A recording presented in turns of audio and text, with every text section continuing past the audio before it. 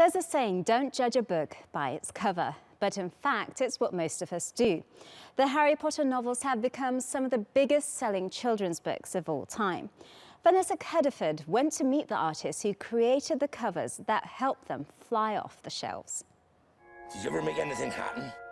Anything you couldn't explain?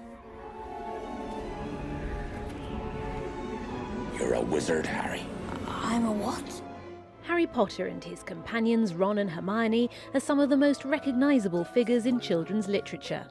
Cliff Wright is the man who brought them to life on the covers of Harry Potter and the Chamber of Secrets and The Prisoner of Azkaban.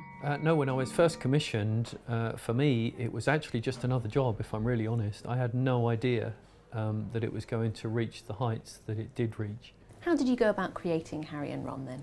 The look for Harry Potter really was determined by my reading as much as I could. The character description is minimal in terms of Harry. We know he's got the dark hair and it doesn't behave itself. We know he's got the scar and we know he's got the glasses, but apart from that, you don't actually know what he looks like.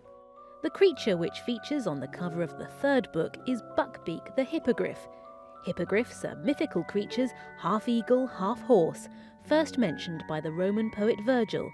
Yet Cliff didn't have many sources to turn to when creating Buckbeak. I found about 2 paintings, 1 drawing and a sculpture of a hippogriff. And they all look slightly different from how they're described in J.K. Rowling's world. Yes, it's a strange thing to be thinking that one of my images could have led to a burst of hippogriffs all everywhere. I was only looking the other day actually, and there are hundreds of drawings out there and paintings of hippogriffs. And I guess all of that's happened since The Prisoner of Azkaban, so it's an honour, of course. One of the lovely things about this exhibition is that you can see some of the original sketches that Cliff Wright sent to the publishers for approval. You can also see how some of those characters developed. The hellhound Grim, who's on the back cover of the third book, looked rather different on the first attempt. J.K. Rowling commented that it looked more like a dangerous retriever than the demonic figure Cliff eventually created.